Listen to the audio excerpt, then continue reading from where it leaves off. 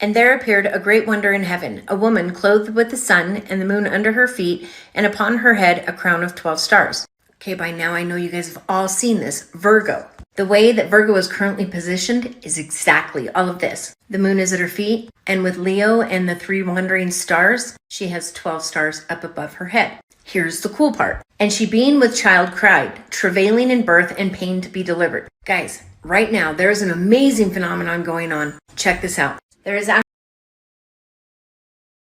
actually right here, she's got something in there called child, right in where her womb is. The moon at her feet, and she is about to give birth to child. Okay, there is so much more to this, but I wanted to get to something else, something that is going to make your jaw absolutely hit the ground. That is exactly how Virgo looks this evening, tonight, just days after the beginning of Rosh Hashanah. But today, another Bible prophecy is unfolding right before our eyes as the UN meets for their SDG summit, signing a peace treaty, one that will last for 7 years. There are 193 countries that are involved in this treaty being signed at the SDG, and the entire platform of this event is the UN stating peace and safety, which brings me directly to this.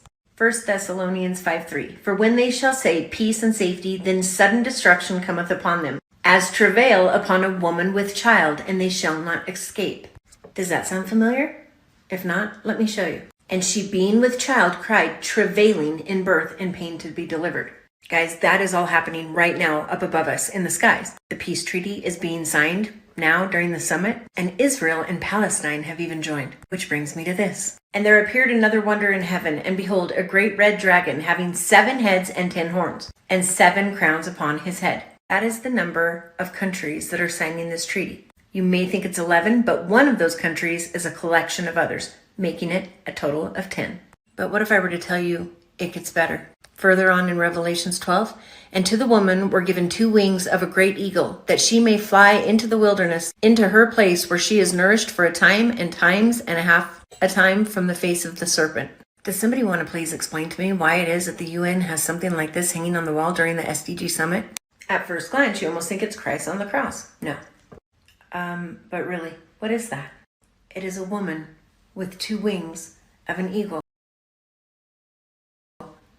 about to take flight, with the Revelations 9 prophecy further unfolding right before our eyes. And while I'm at it and I'm dropping bombs, I might as well drop this one too. Revelation 13. And I stood upon the sand of the sea and saw a beast rise up out of the sea, having 7 heads and 10 horns, and upon his horns 10 crowns, and upon his heads the names of blasphemy. Clearly, when they're talking about 10 crowns, they're talking about countries. The SDG summit, the peace treaty. And the beast which I saw was like unto a leopard, and his feet were as feet of a bear, and his mouth as the mouth of a lion. And the dragon gave him his power and his seat and great authority. Now, I know that there's been a lot of speculation that this is the shield of King Charles's family, the royal family. But no, I know exactly who that is. Have you ever seen this statue? Well, I'll tell you one place you could have seen it before they, I believe, took it down. This was erected outside of the UN, the United Nations.